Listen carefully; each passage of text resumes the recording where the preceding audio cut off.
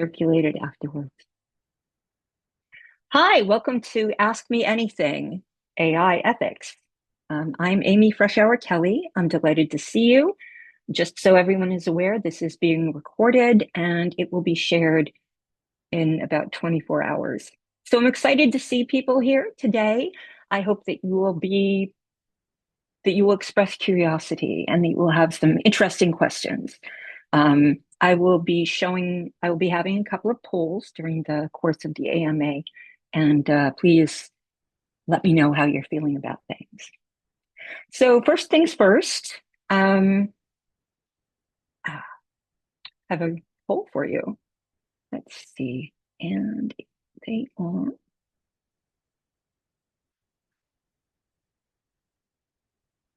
okay. I'm curious to know, do you currently use generative AI in your work in any capacity?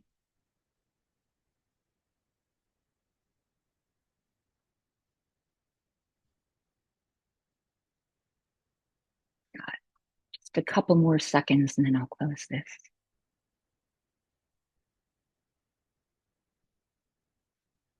Okay. So it looks like everyone uses it in some capacity, which is interesting. This has changed. I think this is the first time that I've run this poll in which everyone actually used it. So that is interesting. Good or bad? We don't know, but it's something to think about. And I have another poll question if you're up for it. And that is here. How do you feel about AI? And you can check as many of these as you like, of course.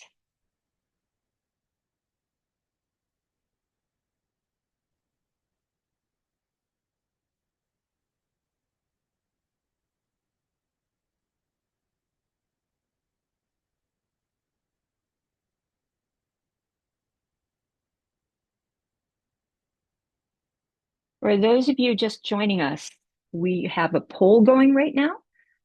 It should be up on your screen. Please click away. Let us know what you feel, what you're feeling about, and click as many as you like. Good. All right. Let's see how everybody feels. For the most part, we are curious, as you can see, and also nervous, excited. That's a pretty good thing. I see that more people are feeling pessimistic than optimistic. That's something we can talk about later. So finally, I have another poll, and this is just going to be real quick. Let's see what you. Hi. Hi, Marcella. Um, Here we go. I want to know what you're most interested in talking about, asking about, learning about today. So I'm just asking for your one thing that you're most interested in. I'll give you a couple of minutes to think about that.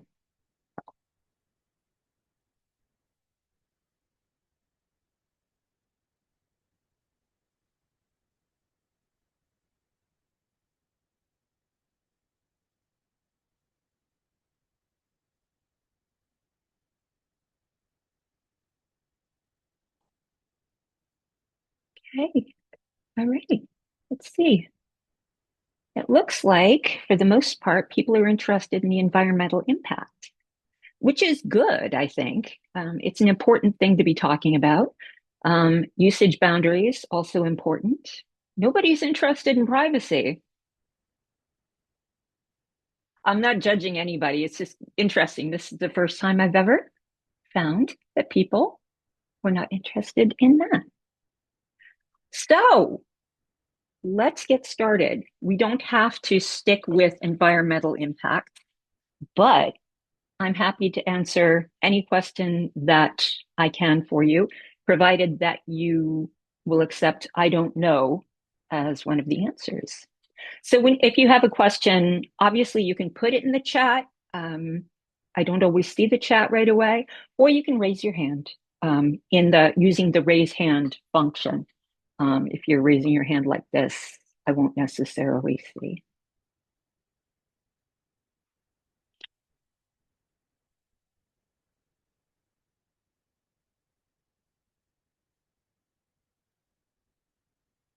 So how about I get started?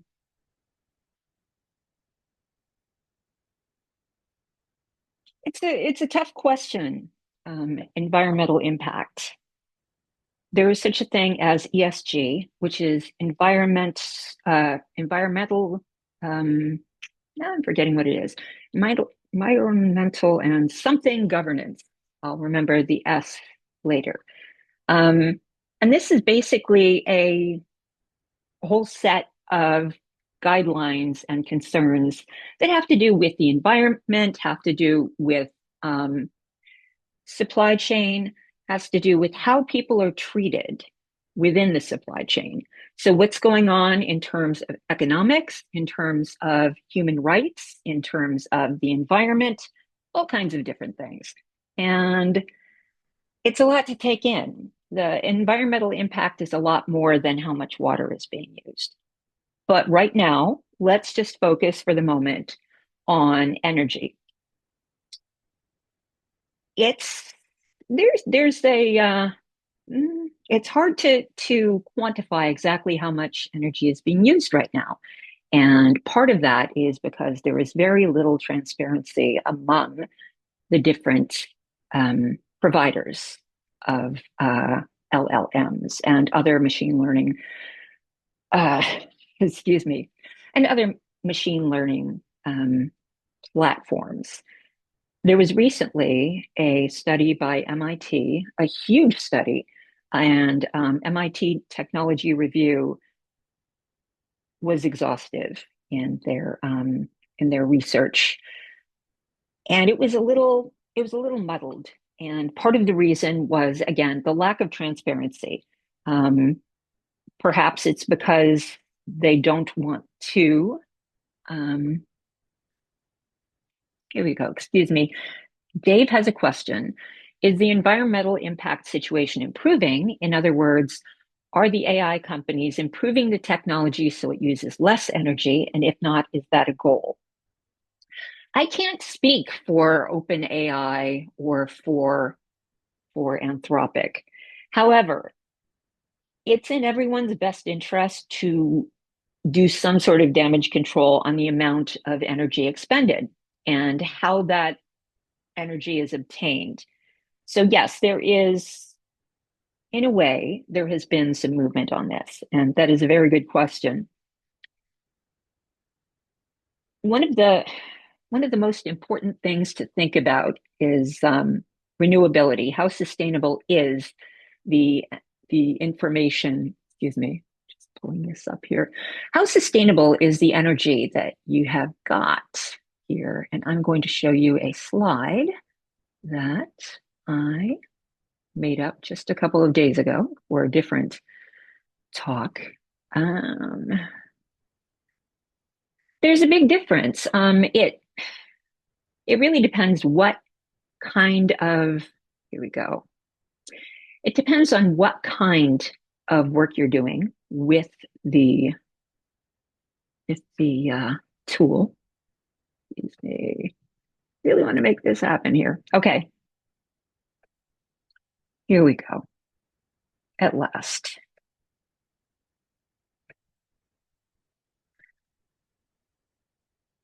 So in order to create the to perform the tasks that the LLMs are performing, in order for those to happen, you require electricity and a lot of electricity. This is to provide energy to the data centers, which are running the platforms. So every time that you're using AI for something, you are using electricity. Data centers are huge, huge warehouses full of servers, not like the kind of server that you might find in the IT closet at a company you might be working for. This is rows and rows and rows of enormous processors that are just stacked up like a warehouse inside of a warehouse, and they generate a great deal of heat. So, in order to in order to combat that heat, which is a type of pollution, they run water. They run water throughout the building, not like puddle water, but there is a cooling system. The cooling system also expends energy in the form of water. So let's go over here. So when you're using it, what you're using it for makes a big difference. So let's say that you were in West Virginia and you were in the afternoon. The afternoon, a lot of people are awake, a lot of people are at work. So a lot more people are using AI. That makes it consume more energy. They don't use renewable power for the most part. So they typically use coal to create their energy. That makes it much less efficient because they are doing more and releasing more pollution. And it's just not a very sustainable way to work. If you're in California or somewhere in the desert with a lot of sun, you may be using solar power or wind power or hydropower power. And that is a renewable source. It does not have emissions. It's better for the planet. It's still not great. You're still creating something. You're not going to have just energy disappearing, but it is more sustainable. It's easier to obtain. And if you're in California at night, even though you don't have any solar rays coming down to your panels, there is lower demand on the grid, and that means lower cost. So, in answer to your question, Dave, and this is a really roundabout way of saying it, um, when when it costs less to run the data centers, the corporations that own these are going to be much more interested in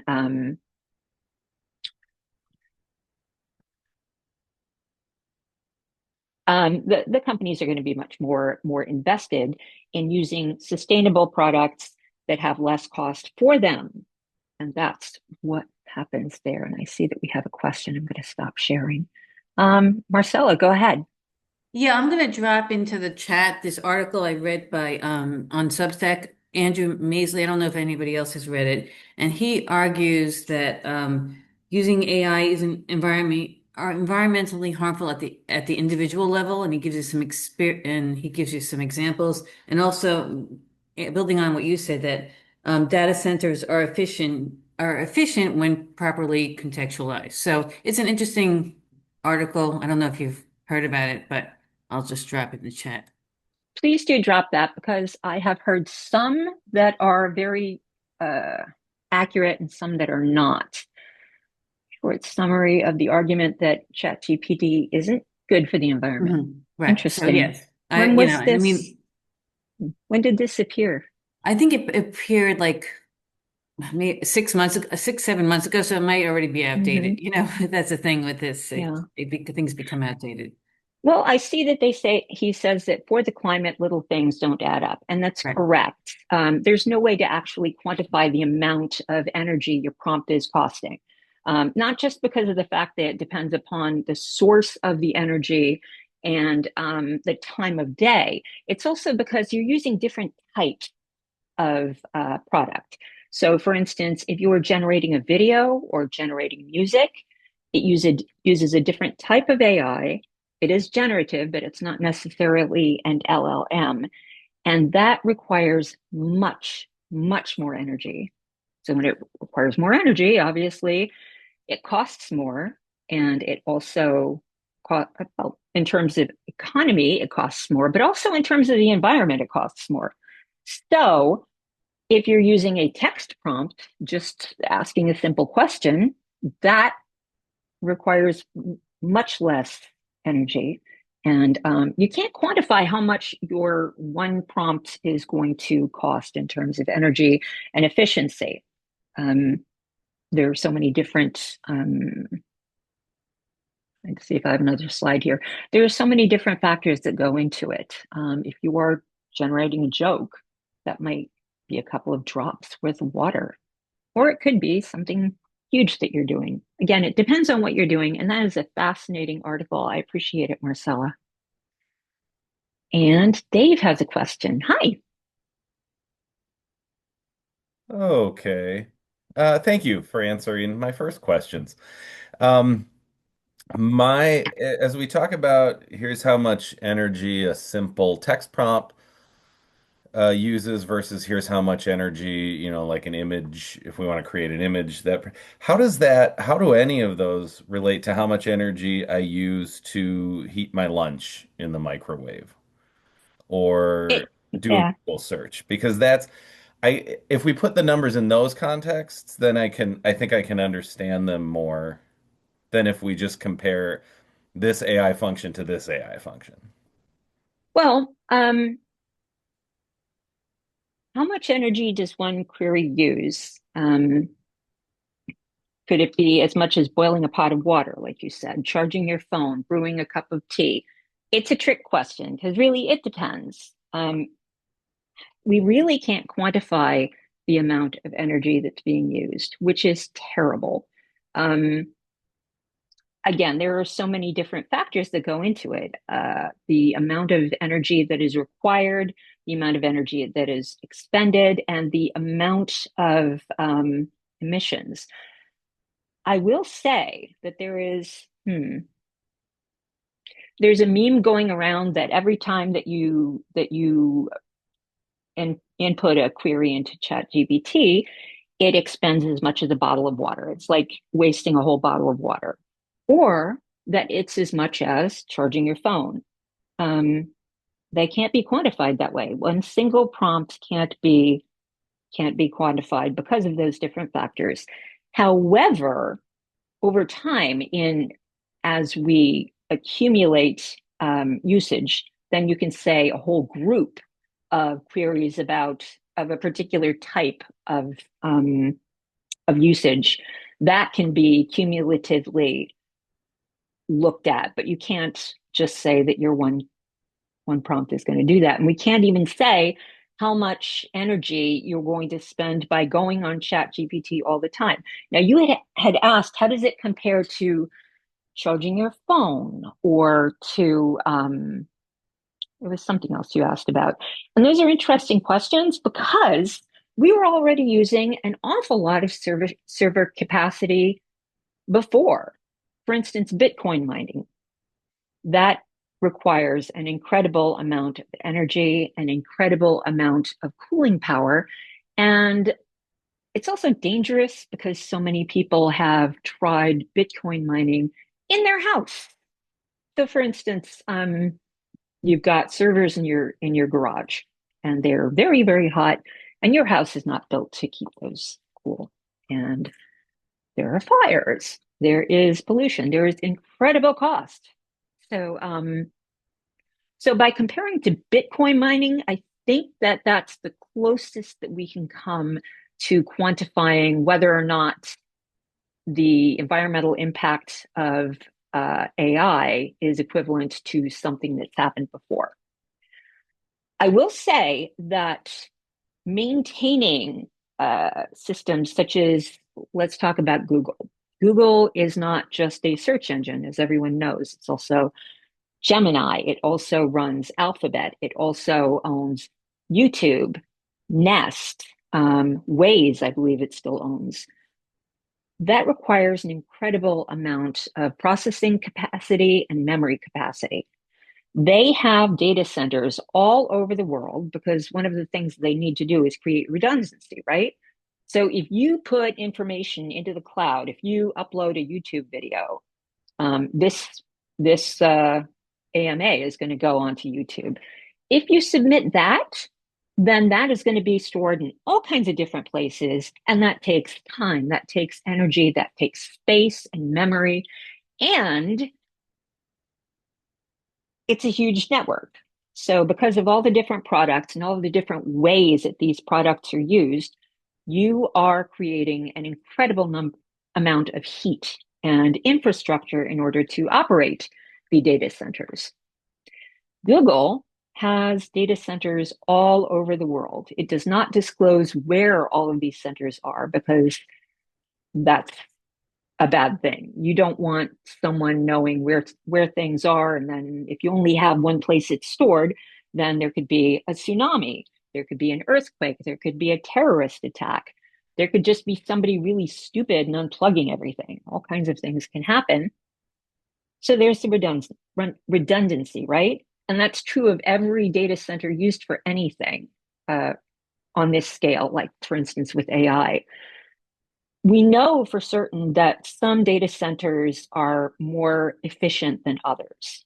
For instance, in the Netherlands, there is a Google data center, and it is operated almost completely by windmills, wind energy, which is abundant there. And the coolant is water, but they have a lot of water there. So it's easy to route the resources. It's easy to obtain the energy, and wind energy is clean. I mean, it's not completely clean. It still generates heat, right? And heat is a pollutant. It's an emission, but you can do that. And I think I'm going away from your question, Dave, but the point is that it is there's already been an incredible amount of energy usage by other products for a very long time, over 20 years, going on 30. Can we say for sure that this is more? I mean, it's running in addition to the data places, right? We can't say. There's nobody who can actually say for sure, but it is moving toward more sustainability, and it is something that the big corporations can do that will reduce costs and look better in the public eye. And they like that, especially as we get to the point in the AI bubble where the venture capitalists are starting to say, where's the return on our $1 billion? You know? So I hope that answers your question. Yes, thank you very much. It's all You're welcome. fascinating. And it's good to know that there's a lot that we don't know. There I was guess an it's not good to know, but it's good to know. it's good to have information, right? Yes. If you have access to MIT Technology Review, they have ongoing research into energy expenditures for AI, which is fascinating and fairly unbiased. And if you compare that to, let's see, that came out in, I believe, May of last year, and it's been going on since then. If you compare that to the disclosure from Google just a couple of months afterwards, where they said that they were going to be completely transparent about the amount of energy they were using, the numbers did not match up at all, but very clearly in a way that demonstrated that large companies that have a big interest, they're not going to give you the entire story. So rely on independent journalism for that stuff. And I see that Chris put something in the chat here. Oh, okay. These are good chat questions. The chat transcript will be available. I don't generally post that anywhere for the public, but that should be available. If you didn't know this already, going to the chat window and clicking on those three buttons up the top right-hand side gives you the opportunity to save your chat. So you can save all of these links, which is helpful. Now let's see, we're about halfway through, and we've talked a lot about the environment. People were also interested in setting boundaries around usage. Do we want to move on to that, or do we want to stay on the environment or explore something different?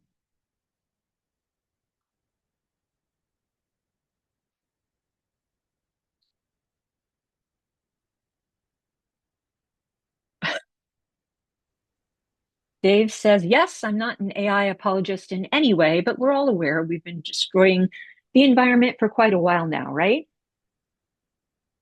think so. I think so. One more thing regarding the environment that I don't think gets talked about enough, and perhaps that's just I'm not seeing the information. The infrastructure that has to be created in order to run the data centers, it's incredibly expensive. So take I forget the name of it. There is a data center that has been created in Texas. It is in a very hot, remote area. There is not a great deal of water. There are not, um, excuse me, I'm going to close the chat window so I'm not distracted. There's not a lot of water there. There isn't electricity run out there. So it's been important for companies to bring in contractors to run electricity out there, to reroute water, to have trucks going back and forth on these back roads that aren't necessarily created for that kind of traffic and aren't going to be updated because this traffic is not going to be happening all the time. Once the data center is complete, there's no reason for the big trucks to be on there. So we've got work that happens for a while that employs people that creates a lot of energy discharge by fumes from the traffic, heat, um, energy rerouting resources from other areas where perhaps people live. Um, a lot of a lot of work that is not going to be um, complaining about AI while eating a hamburger on a plane. Anyway, it requires a lot of resources to even create the data centers, and that is not a good thing. And I don't think that they're ever going to say that we have enough data centers. You know, once you have something, they're not going to take it back and say, "Wow, that was a bad idea." I drive an electric car, and I get a lot of crap for that. Um, but that doesn't make much of a difference in the fact that an electric car is heavy. And I'm going off on this. I could go off about the environment quite a lot, and I don't know that that's particularly productive right now. Are there other questions that I can answer rather than just ranting at people? I've got a question. Is there any meaningful legislation that you're aware of about the issues of not just the environment and AI, but transparency and usage and boundary setting in terms of copyright, intellectual property, all that kind of thing, not to mention this recreating people to a point where it's going to be, I'm assuming, impossible to tell between um, is it live or not? And that's concerning. So there's this all that ethics around. It's big. I probably just didn't ask one question, but these are things swirling in my head. Maybe you could touch on some of Some that. of that. Thank you. The US Copyright Office has issued a three-part statement on generative AI, and it is a lot. It's a lot to get through. If you can skim it or plug it into ChatGPT and ask for a let me see here, ask for a summary. I will put in links to if I can find it, I will put in links to the different releases on AI and copyright, which has changed from something that you probably thought was once going on here. AI and copyright law. Let me see if I can get all of these pasted into the chat. I don't know if it'll let me. Nah. All right, I'm going to put, it doesn't matter. I'm just going to link these in.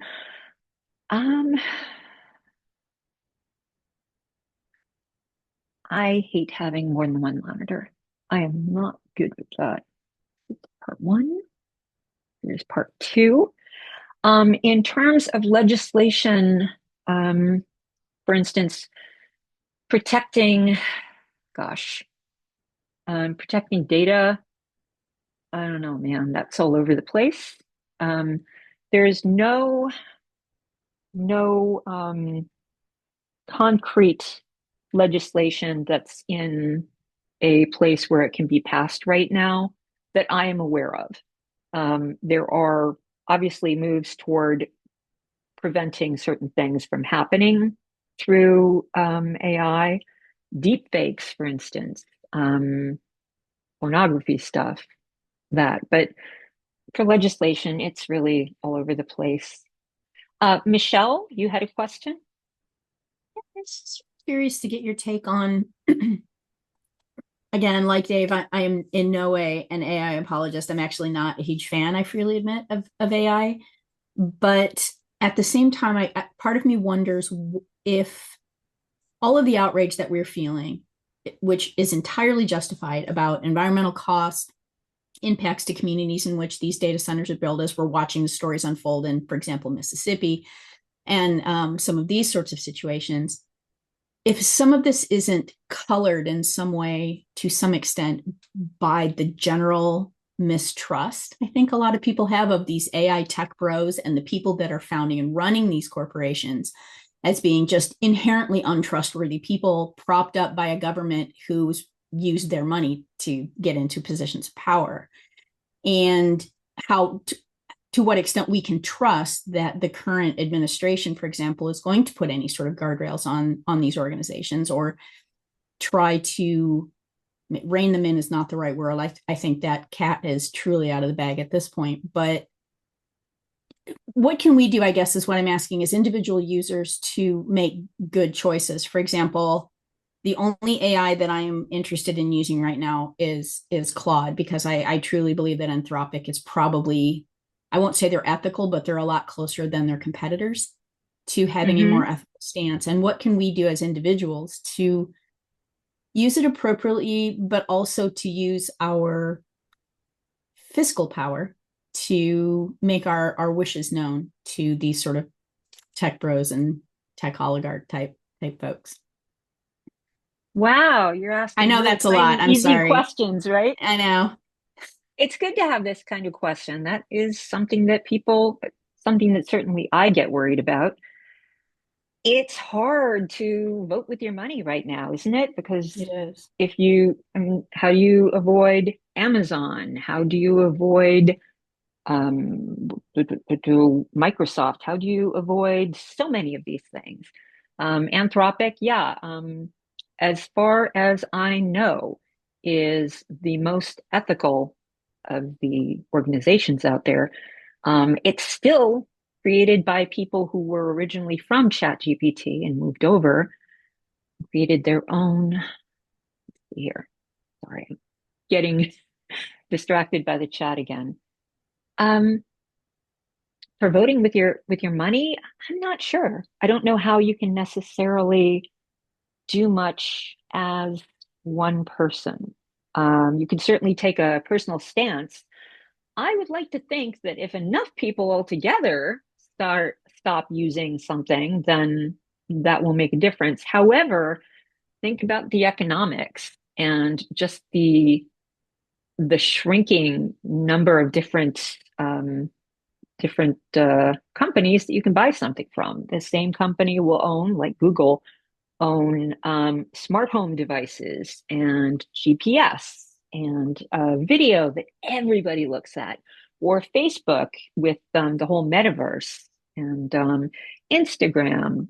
What was it, Blue Sky or something that they did? Threads, all those different things. I mean, people depend on those, and it's going to be very difficult to get a significant number of people actually stepping away from Amazon, stepping away from Microsoft, stepping away from Facebook, and all of those things. We depend upon their services, and there are so few out there. I forgot to say Apple too. Their AI isn't really doing much right now, but they're a big corporation that I mean, if I wasn't already in the Appleverse, my kid and my TV and everything, I probably wouldn't be using Apple products. But here I am. I'm kind of stuck with my my phone, my iPad, my earbuds, my laptop here. we're kind of stuck on what we depend on. Or I could start using a laptop created by a different company that's going to be using the same kind of materials and probably cost something similar. Yeah, Dave, we're stuck. We're stuck. We can try, and we can communicate. We can post post on Facebook and Twitter or whatever. For all that will do. But it's difficult because we're in an echo chamber, and that's where we're at. Yes, vote. Yes, Marcella, vote definitely. Or move to Europe where they have more, where they're more careful about environmental governance and data privacy. But that's not really, I don't think that's really an option for most of us. Becomes It's really an challenging interesting thought. because I think as editors, a lot of us, if we work for an employer as opposed to being a freelancer, there's certainly a push to sort of shoehorn AI use into your job and try to create use cases for it, whether or not they're appropriate. And it's hard to see what the motivation behind that is beyond the we don't want to be left behind argument, which is sort of specious to begin with, I think. I mean, I don't know what you're seeing as a sort of AI consultant, but is that seems like a trend from what I can tell among communications organizations. Yeah, in fact, among many, many types of organizations, not just communications. But yeah, in certain ways, AI can really, really help you be more efficient as an editor. In certain ways, there are really, really bad ways that it can impact your editing. And for companies, I think that one of the issues here is that they're not entirely sure, nobody's entirely sure of everything that AI can do. And if it can continue doing that, can it sustain it into the future? There are products that I tried out 2 years ago that are gone. And I paid $20 a month for them for a while, and I got nothing. I got nothing. Um, Weird guy in the street outside right now. Distracting too. ADHD is wonderful. And that distracted me from what I was saying. But yeah, I think that having that push to use AI is going to be ultimately either very useful. No, ultimately it's probably gonna eventually just even out into something that is expected and everyone's going to be doing. Whether or not it's helpful, I don't know. I think that after a while, if something isn't helpful, then people tend to stop using it, right? Um, but the push right now, what are we doing? Why are we doing it? I have, I'm managing someone at the moment for a short-term contract, and we had to talk about AI first thing when I started managing her. We had to talk about AI. What are our do's and don'ts and no way Jose's, right? Um, she uses AI. So I said, how do you use it? What are some of the prompts that you use? What do you use it for? And we had what I thought was a pretty productive conversation. And this morning, I'm looking at some of the copy that she turned in. It was like, whoa, whoa. Um, Nobody who's human these days says we're going to navigate the evolving landscape. Nobody. Those are catchphrases that I cannot even use anymore. If I see someone saying navigate or landscape, I get the heebie-jeebies. I confronted her about this, and I said, I'd really like to see your prompts. I'd like to see your prompt history so we can work together and figure out where we are within the output that you received and the output that you then gave me. Um, and it was not a satisfactory meeting. I'm still waiting to hear some more from her on that. I don't think that she had any sort of bad intent. I think that she just wanted to do more work, more efficiency, because she's being paid by the hour by the company that is employing her. She's a contractor. So she wants to get as much as she can done and get more. Anyway, so it's interesting.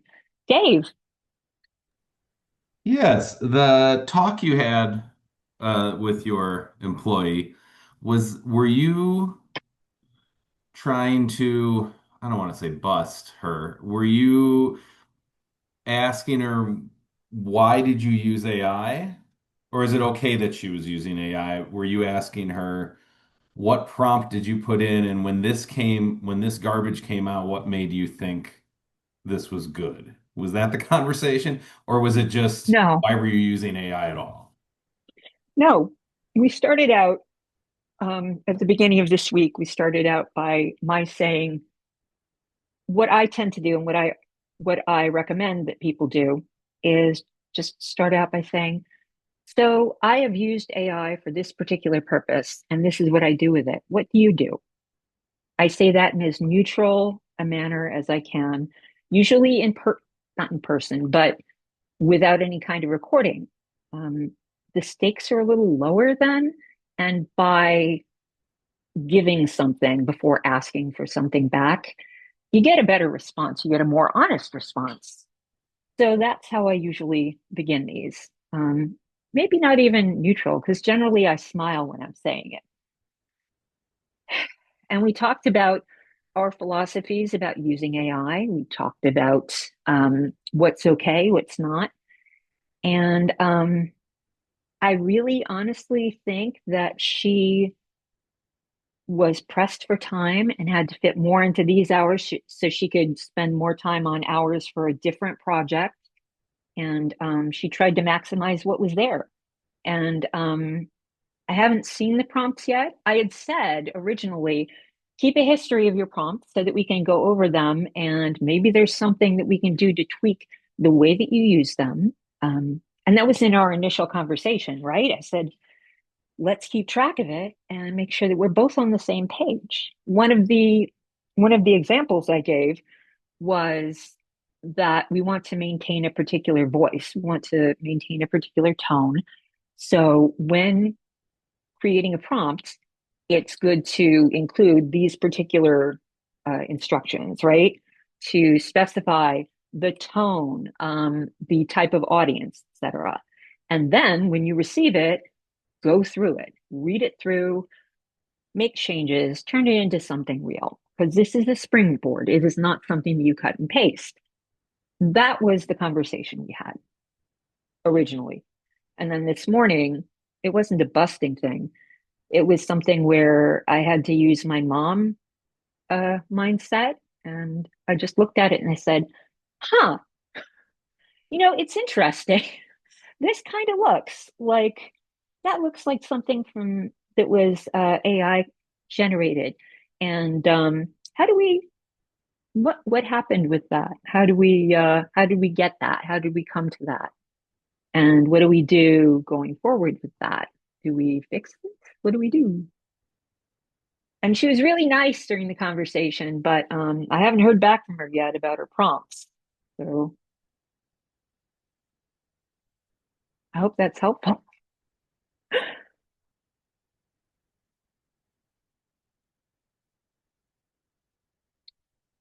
In the chat.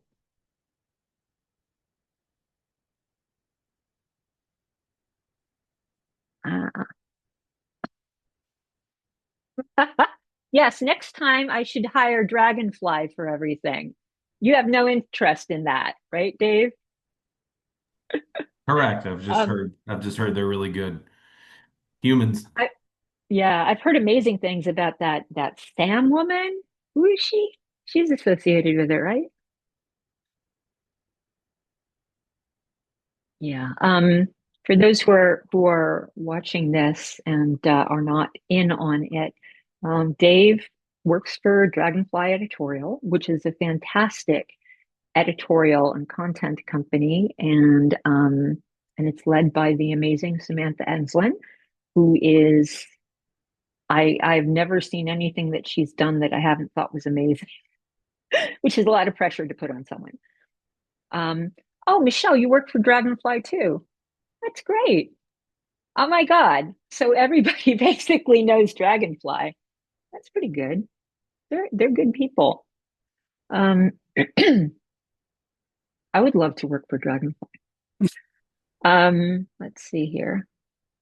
I would also like to say if anyone here is planning on going to the ACES conference this year in April in Atlanta, I will be talking about disclosure for AI. And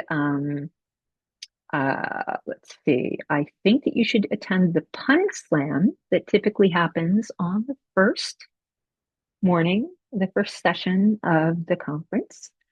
And then the Pun Slam that happens at the last session of the conference, because somebody in this particular room here, Dave, is, I would say, a Pun Slam grandmaster, except for last year. Last year, Rachel won, I think, but it was close.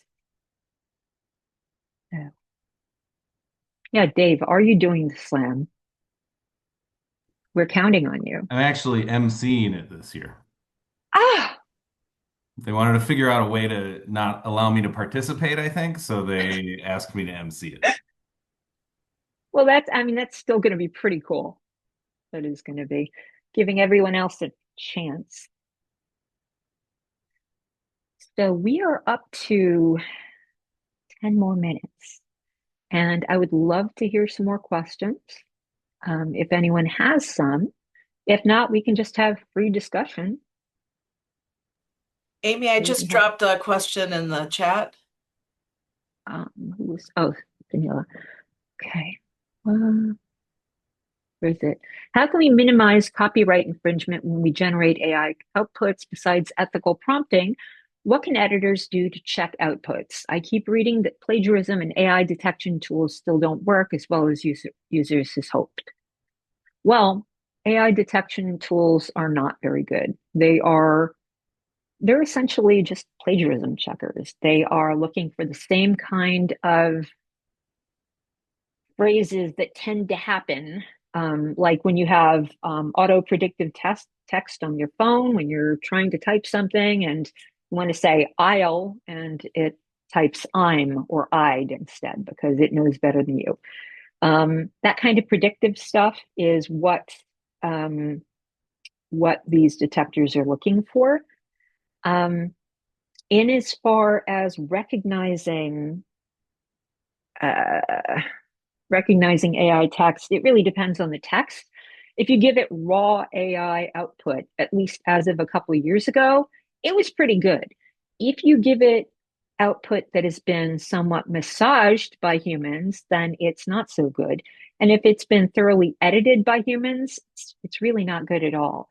There's no one real world performance that's amazing. In terms of minimizing copyright infringement, you can't because it's already infringed. It's already been infringed by the platforms that did the data crawling and that continue to do the data crawling.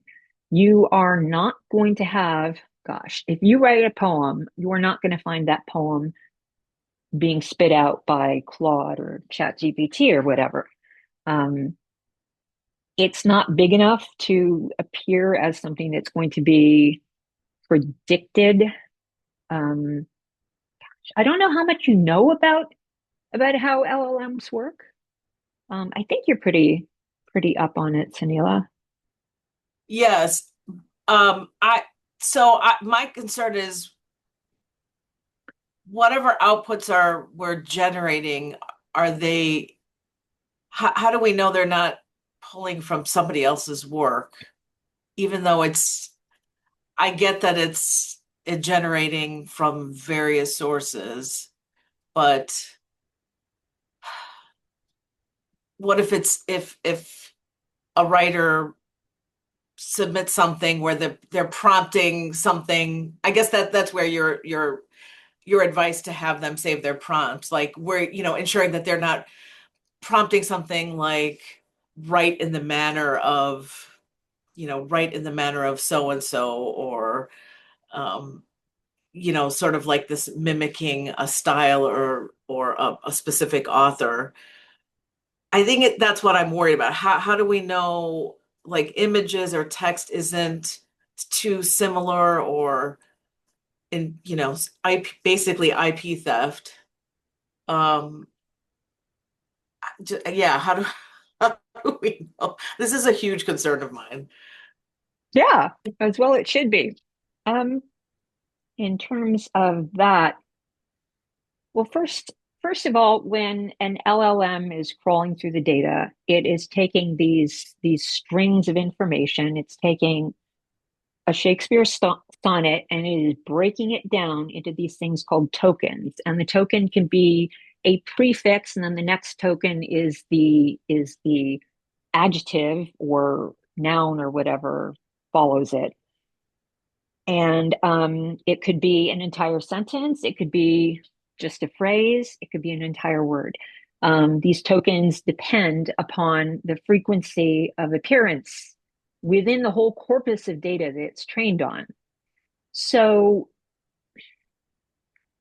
so it's not going to find this particular sonnet and then reproduce it all together, because it's trying to start with a word and keep finding what's most likely to follow that particular word or um, that particular syllable within the context of your prompt.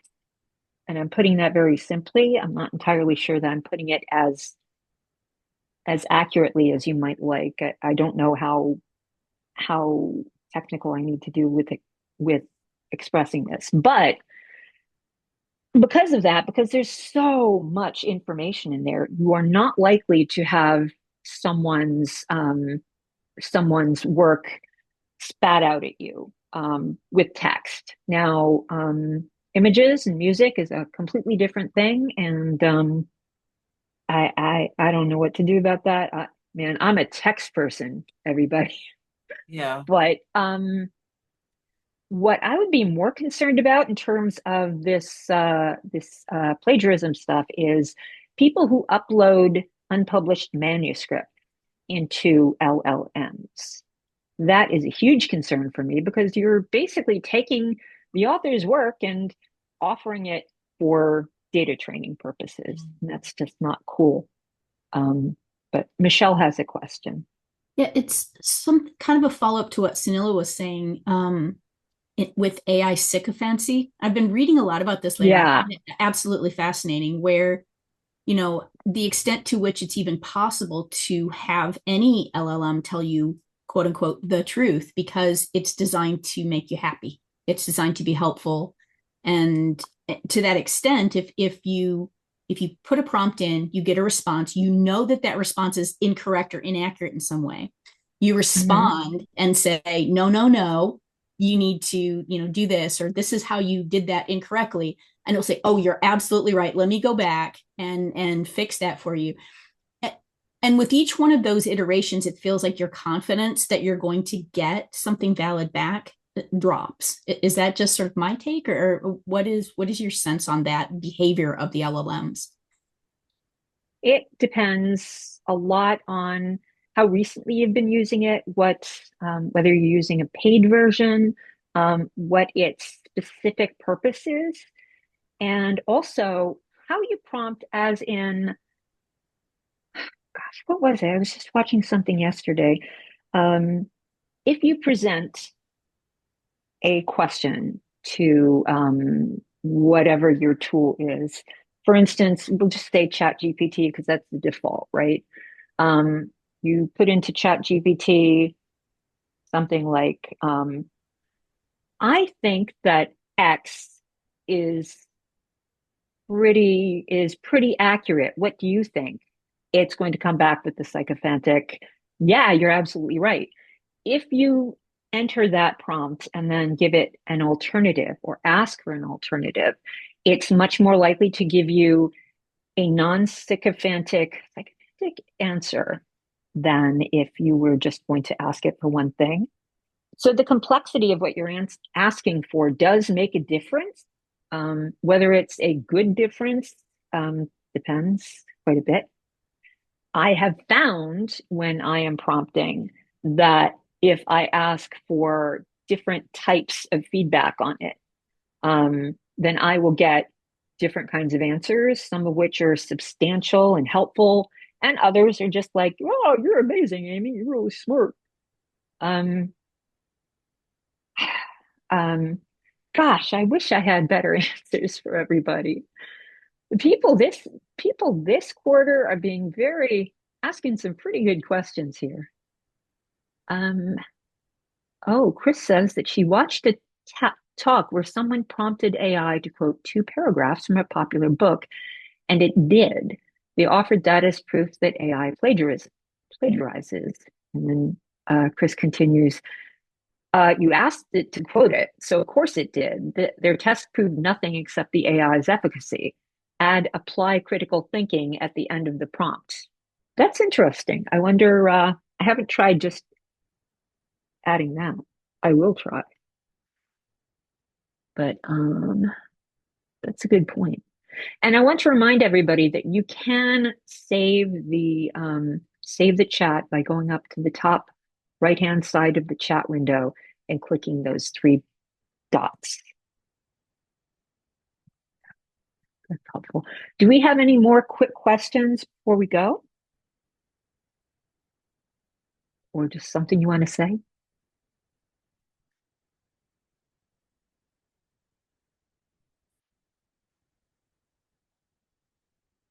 Okay. Well, thank you for showing up. Thank you for your very useful questions and commentary.